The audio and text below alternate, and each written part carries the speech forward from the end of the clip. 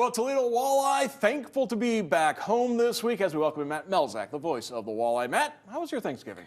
You know what? It wasn't too bad. Lions won, so I was happy about that, Mark. So, and the Walleye picked up a couple of victories over the weekend, so good start. And you got a nice turkey hat.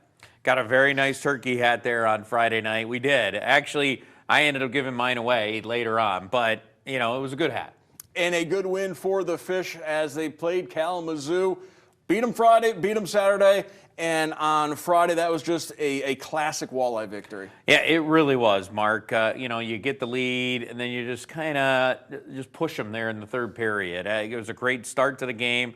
Some good goaltending, though, from Lemieux on the other side for Kalamazoo, kind of kept them in the game. But once Toledo got the lead, they just didn't allow anything in the third period. They just really shut it down, and that's typical Walleye. And then you go into Saturday, and you've got a team that is struggling right now, and Kalamazoo is. And Toledo comes out, they jump ahead of them, get ahead of them big in the second period, and kind of really put it on cruise control there in the third. Fish in first place in the Central Division. We've talked quite a bit this year about the veterans. So tonight, let's talk about some of the new faces that are coming through. Griffin Ness and Carson Bantle, two guys that have really come up big. Yeah, and both doing it on the goal side of things right now. Both of them with Ness and Bantle having big weekends. Griffin Ness had a huge Saturday night with a goal and 2 assists. So, or 2 goals and an assist, actually. But when you look at the way that those two guys are starting to weave their way in, I mean, Bantle, you expect it. I mean, he's assigned down from Grand Rapids, a big body, 6'4", 200-plus player, pound player. He gets to the front of the net. He goes to the dirty areas. He uses that body very well. You look at the power play goal he scored over the weekend where he just bowls his way to the front of the net and beats a very good goaltender and pushes the puck into the back of the net. And then he has the big game on Saturday as well. So, a true power forward, Carson Bantle. Griffin Ness, didn't know a ton about him. He was actually on Maine's roster, traded to Toledo, coming out of the college ranks. Hadn't played in a pro game yet until joining the Toledo Walleye. But boy, once he's found that goal scoring stroke, he has really started to light the lamp a lot.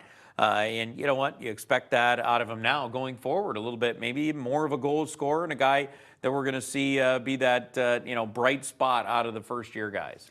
So this week, Walleye home for 3 games, a Wednesday morning game, and then for the first time ever, the Bloomington Bison coming into Huntington Center for the weekend. Yeah, Toledo's getting their fix of Iowa and Bloomington here. We're taking on Iowa Wednesday, Bloomington twice on Friday and Saturday. Then they go to Iowa for 2 and play Bloomington on the back end of that next week. So it's all Iowa, it's all Bloomington over the next couple of weeks for the Walleye. But the really cool thing is, I mean, we got the special jerseys coming, the Christmas theme You serious, going. Clark? Yeah, come on, Clark, let's go.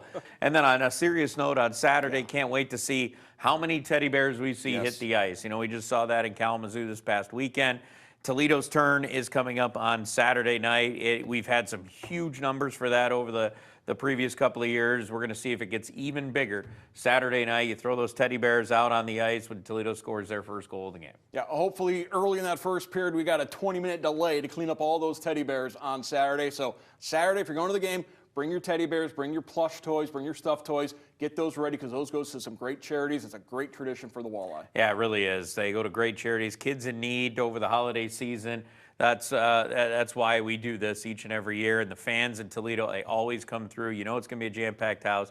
And it's going to be a long delay, Mark, once those teddy bears hit the ice. Looking forward to that on Saturday. Looking forward to the Fish home both Wednesday and Friday as well. Matt Melzak, thank you so much for joining us. Appreciate it, Mark.